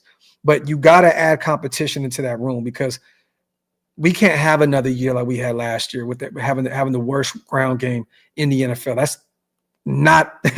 That's just not the business, especially with Pete Carroll, a guy that loves to run the football. We got to get this right here. You got to go get 2 running backs, add that to that group. You know, I don't know if they keep Zeus around. They have no ties to him, right? Former 4th-round pick. I mean, you can essentially move on from him. I would hope that they would hold on to Dylan, hold on to Sincere, and go get another 2 guys and create more competition in that room. And that would be phenomenal, Jersey, if they went and got Hampton and Scatterbull. Oh, my God. I think we would have one of the best running back groups in the NFL with 2 rookies and a young kid in Sincere and Dylan in year 2. Yeah, I'm saying it. Salute to Potbelly. Salute to my guy, RC. Wanted to say I've never been following up for the past few years, or that I've been following up for the past few years. And I never write in the comments due to my social anxiety, man. Thank you, man, for even typing this up. But here it goes. I love your work, videos and shorts. Keep it up, brother. Thank you, man. Everybody, man, if you guys can, let our bro RC know in the chat. We appreciate him for being here and breaking that social anxiety for us, man, to see him here in the chat, man. That means a lot to me, brother. Thank you so much, man. Really, really, truly appreciate you. Outside of the $10, more importantly, the kind words for you to do that, man, and to build up that bravery to break that and come over here and chop up game with us, man. Thank you, brother. Thank you, man. My brother Chef is in the building, and he gets 5 OLV Raiders Network memberships. My brother, man. Thank you. Thank you. Thank you so much. That means a lot. Salute to all the new Green Dot Gang in the building because of my brother Chef. Salute, man. It's always good to see my brother John Chef in the building. Morte, love watching. Feels like I'm talking to the boys, and that's what we want over here. That's definitely what we want over here, man. You know, I mean, we built this platform for us to have a space where we can all feel like we're all involved and so on and so forth. So hopefully we're doing it right, man. Thank you. Thank you. Thank you, brother. Let me see. Get a few more questions in, you guys, before I get out of here. No, Cooks. No, I wouldn't even trade this year's first for Tua. So there's no way in hell I'd move both. Ain't no way. No way in hell. How about this? I'm not moving anything for Tua. Caps, we will see if Dylan Sampson runs that 4-3. For those who have no idea who Dylan Sampson is, the running back down there in Tennessee. He's a baller. He's a baller. Another guy that after the combine and after all this stuff, he'll probably end up, you know, rising up draft boards as well. Kid is fast as shit, can help you in the passing game and in the ground game. Dylan Sampson's another dog out of Tennessee. If you guys haven't got a chance, I know a lot of you don't watch tape. Just go check out even the highlight reels on YouTube. The kid's a baller. Raider Mike's a scatterboo, a.k.a. Marshawn 2. Love it, love it, love it. I'm not here to crown him that yet, but he definitely runs like his hair is on fire. He definitely is a monster. He definitely has that, you know, that compact build. Scatterboo is one of the ones. And once again, you guys, for those who don't know, the kid can get it done in the passing game as well. He had like 600 yards receiving last year in Arizona State, on top of like the 1,600 yards rushing, on top of like the 17, 18 touchdowns that he had in Arizona State. So remember that. Remember that. And Christian, I would love that. Nick Nash, LA area guy, played his college ball at San Jose State in NorCal, big body receiver who was a Biletnikoff finalist. And a lot of people think that he was kind of jerked out of that award with Travis Hunter. So I would love to look at Nick Nash there in those middle to late rounds. Nav man, appreciate you, brother. If we Want to get busy in the running back room. Need that Zach Crockett or John Ritchie to bring that fullback back into the game. Kyle at the Niners, only game in town. Salute to my guy Nav, man. It's gonna be interesting to see if we go bring in a fullback this offseason, man. You know what I mean? It's gonna be interesting. But I'll tell you right now, there's not too many of them left in the NFL, but most of the teams that have one are some of the most successful offenses in the NFL, i.e. the Niners, i.e. the Ravens, i.e. the Dolphins. So you're on to something, Nav. Salute the Rube. How much will Trey Smith be asking for and other O-linemen available in free agency? This is going to be north of $20 million. Easy. Because he's going to be such in high demand, somebody will probably pay him 25. Remember a year or so ago, the market just going insane at the guard position. He's going to get paid a shit ton of money, like a shit ton of money. I don't know what his market value is right now, but I'm telling you right now, that shit don't probably even matter. It really don't even matter. So he'll be getting a lot because there's going to be so many suitors. They're going to be lining up for a Pro Bowl guard from the Chiefs, Trey Smith. Let me see. I seen an interesting one. How do you feel? I do not want Tez Johnson. So I know he's been out there killing it. Fast kid, Oregon. First and foremost, not too many Oregon wide receivers have been successful in the NFL as of late. That's no knock to those guys. I don't want to throw that stigma on them, but it's just facts. Also, he's 5'10" and he's like 160. AJ, like, it's scary. It's kind of scary. 5'10", very, very small, and 160. And some people believe he's like 150, 155. So is he killing it at the Senior Bowl? Definitely. But getting into the NFL, you would have to protect that kid's soul every damn play he's on the field. So I don't know if he's not going to be like an every down type of wide receiver. He's so small. You know what I mean? He'd be more of a gadget type guy at the NFL level. Can he be a great player? Definitely. But I'm just afraid of those measurables, man. 5'10", 160. That's nasty. That's nasty. He's a small kid.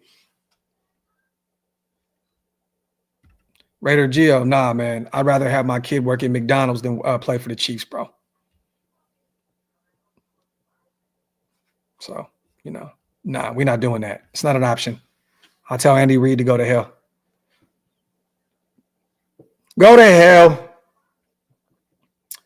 D Cooks, I'm not trading a second rounder for Hendon Hooker, especially with Ben Johnson not being here. Nah, there's no way.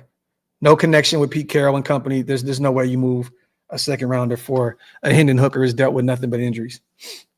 That's cap, you guys. I mean, if my kid makes it to the NFL and gets drafted to our enemies, our bitter rivals, I'm going to be out there with my son's jersey, but Raidered out. It's going to be a Raider jersey with his last name on it. I will never, ever wear Chiefs shit.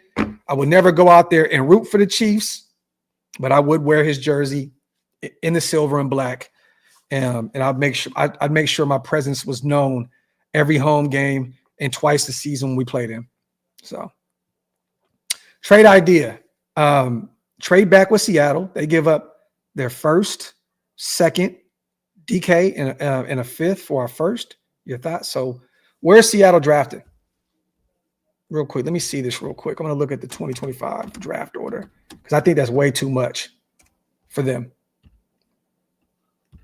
Seattle is they're in the middle of the pack. I know that. 18. So you move from 6 to 18. Okay. So you move from 6 to 18. You give them 6. You get their second, DK, and a fifth. So you move to 18. You keep their first. You take their first. We get their second, DK, and a fifth. Damn. More to A, man. Shit. Let me say this. If the quarterbacks are off the board there and Abdul Carter's gone, damn, you move 12 spots. You move 12 spots, but you get DK. You get an additional second, so you have 2 seconds, and then you add an additional fifth. They probably had to throw something else in the mix. I need something else. I need something else. Give me an additional future second, future third, and I'll take that. Give me some. If you're willing to give up all that, and we're moving back 12 spots, give me a 2026 second or third round pick. Yeah, Jason, because of DK's contract, and it's once again he only has 1 year left on his deal. He said, "You lie, bro. I would never wear Chief shit, ever, ever, ever, ever, ever, ever in life. It's not happening. Even if I lost a bet, I'm not fulfilling my obligations. It's not happening." Hey, Nav, I'm with you. Like a future. Give me a future first. You're moving back 12 spots. That's a lot, man. That's a lot from 6 to 18. For a second, a fifth, and DK in that contract, yeah, you're going to have to give me some future shit. Salute to Augie in the building. Yo, Graphk, my nephew has an academy contract with the Oakland Roots, and they are playing in the Oakland Coliseum. Would be badass if you could pull up and do a live podcast for the home game. Augie, man, do me a favor then, man. DM me. See if you can set something up. Reach out to them and see if they get me out there, man. I would love it. Look, if the Roots were willing to, put me up in a hotel and get me a flight out there, man, I'd definitely come out there and cover that. That'd be dope. Salute to Augie and salute to your nephew as well. That's dope. That's dope. Definitely would love to step foot back in the Oakland Coliseum. I miss that shit so much, man. So much. I grew up there watching A's games. I grew up there watching Raiders games. I would love to step foot back in that stadium at least one more time. What if they trade Seattle? What if they trade? Seattle trades us DK for a third, but then we trade him and 6 first back to Seattle. I knew it was coming. I knew it was coming, bro. I knew it, bro. I hate you for that. George Halani, enthusiast himself. Rube, willing to throw the whole franchise away for George Halani. Former Boise State great, George Halani. Halani goat, Martin. This is facts. Rube knows. Let me see. I think I'm caught up with everything in the chat. We went over the Bevel talk. We went over the whole Maxx talk on the podcast. For those who didn't see that, rewind the tape, check it back out. I think Maxx is in a good space with the Raiders moving forward, you guys. I think that he's just looking forward to getting back to the table and talking business with SpyTech, him and his reps, and get some guaranteed money on his belt, get him a new deal, get him right. And I think he's going to be prepared and ready to go. The thing is hoping that, the healing process, his rehab is going okay, and that he's prepared and ready to go this upcoming season. But I think that Maxx is all in with what we got going on right now. Real talk. So I'm excited to see him moving forward. We went over the Patrick Graham. Welcome back to Las Vegas, you guys. Welcome home, PG. Once again, people think I hate Patrick Graham because I wanted to move on. I do not hate Patrick Graham. I just, do I love the move? No. Do I hate the move? Not at all. That's just kind of how I can explain it. Once again, it's great to have continuity, familiarity. The thing that was a little nervous for me was Cincinnati picking a defensive coordinator from the collegiate level at Notre Dame over Patrick Graham. And I know that they were maybe there was a waiting game there too. Maybe Cincinnati didn't want to wait and see if Patrick Graham was going to get the head coaching job down there in Jacksonville. There could have been something else there that maybe I'm missing out on, right? But I thought Graham was for sure going to get the job out there in Cincinnati. So it's going to be interesting to see, man, what this defense looks like with Graham there in the building, and if Pete Carroll can kind of fill in the holes and fill in the gaps with some of the deficiencies in Graham's system. And I trust Pete Carroll to get this thing right and right the ship and help that defense out as well, because he's a defensive minded guy. He's coached some of the greatest defenses that were ever made. The Legion of Boom is legendary. You know what I mean? And not only just that secondary, but he's had some great linebackers. He's had some great defensive lines. You know what I mean? So I'm excited to see what these guys can do. Other than that, let me get this super in with Nav. I wear Chief stuff, bang out Taylor, and put some black and silver on her immediately. I'm the nation's agent. Kelsey, it's that easy. Little ass boy. Ha. Salute, man. Salute to Nav, man. You stupid, bro. Still, yep. And it looks like Bevel is the leader right now to become the offensive coordinator. But once again, we will be going through the process and bringing in a few other guys to talk to as well. So once again, we still have to fulfill our obligations in terms of interviewing process with that offensive coordinator position. So stay tuned for that. D Cook says, can we get a mock draft from you, Wasted, and Sanjit? I can definitely make that happen, brother. Can definitely make that happen. But other than that, you guys, wipe them feet, hit them thumbs up. If you guys are not subscribed yet, make sure you hit that subscribe button. Salute to everybody here in the building. 1,700 still strong. Also, salute to our proud sponsors over at BetUS. This live stream was powered by BetUS. Head over there and get 150% bonus on your first deposit, 125% bonus on your next 2 deposits using promo code YouTube150, the fastest payouts in the industry. If you are a bettor, nobody does it better than BetUS. Head over there. Let them know I sent you. Love you guys. Appreciate you guys. If anything else drops, we will be here to cover all of it. I will be at the Shrine Bowl tonight, you guys. Stay tuned. I will be uploading a bunch of shorts on YouTube, Instagram, and Twitter. So stay tuned. And I'm going to have a lot of notes from tonight's game. So maybe we get a late night live tonight. Who's to say? If not, we'll be back. Graphk and Wasted show tomorrow. Stay tuned for that. 2 hours in. I'm going to get the hell out of here and get my day rolling. Love y'all. Appreciate y'all. I'm out.